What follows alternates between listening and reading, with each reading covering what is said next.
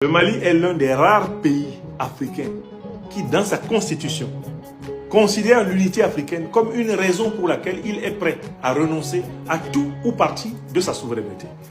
Écrivez ça, la raison constitutionnelle, la loi fondamentale des Maliennes et des Maliens, dit qu'ils sont prêts à renoncer à leurs droits souverains de peuple malien pour le peuple africain tout entier. Je vous invite à faire une enquête sur tout le continent africain. Vous ne trouverez pratiquement aucun autre pays qui a écrit ça dans sa constitution. Donc vous devez écrire. Le Mali est d'une importance continentale pour l'Afrique parce que sa constitution prévoit et engage tout le peuple malien à se sacrifier pour l'unité africaine. Dans ma langue maternelle, le Bassa, on dit Tilana. Écrivez ça. Comment on dit ça en Bambara? Aya Sidibé, ma prof de Bambara, dans les émissions, écrit l'expression écrivez, pour que je le dise en Bambara, pour que les gens comprennent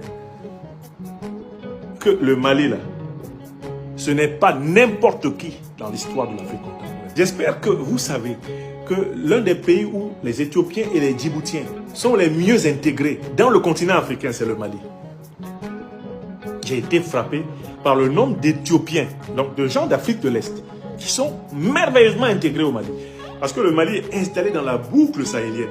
Donc c'est un État osmotique, c'est-à-dire un État qui est compatible avec tout ce qui est africain. Écrivez ça. Tilana, deuxième raison. Deuxième raison. C'est un État éminemment africain par sa composition, par sa mixité, par son métissage, par sa diversité, par son immensité. Les Camerounais aiment dire le continent. Mais le Cameroun, c'est 475 000 km². D'accord? Le Mali, c'est 1 241 000 et plus. C'est-à-dire presque 3 fois en taille le Cameroun. Avec des ethnies camerounaises à l'intérieur du Mali. Oui. J'espère que vous savez que les Peuls camerounais, ils ont leur équivalent au Mali. J'espère que vous savez qu'il y a les Peuls maliens, comme il y a des Peuls camerounais. Il y a des ethnies camerounaises qui sont maliennes.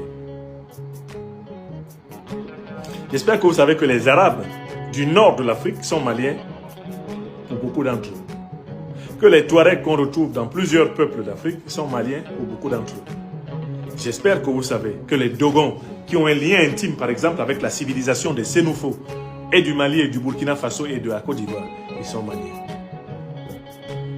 Les Bambara, qui sont la racine du peuple malinké, j'espère que vous savez que c'est eux qu'on retrouve en Guinée, c'est eux qu'on retrouve en Côte d'Ivoire, c'est eux qu'on retrouve au Burkina Faso, c'est eux qu'on retrouve, et même jusqu'au cœur. Donc la deuxième raison, c'est l'extraordinaire diversité du pays. C'est un pays africain.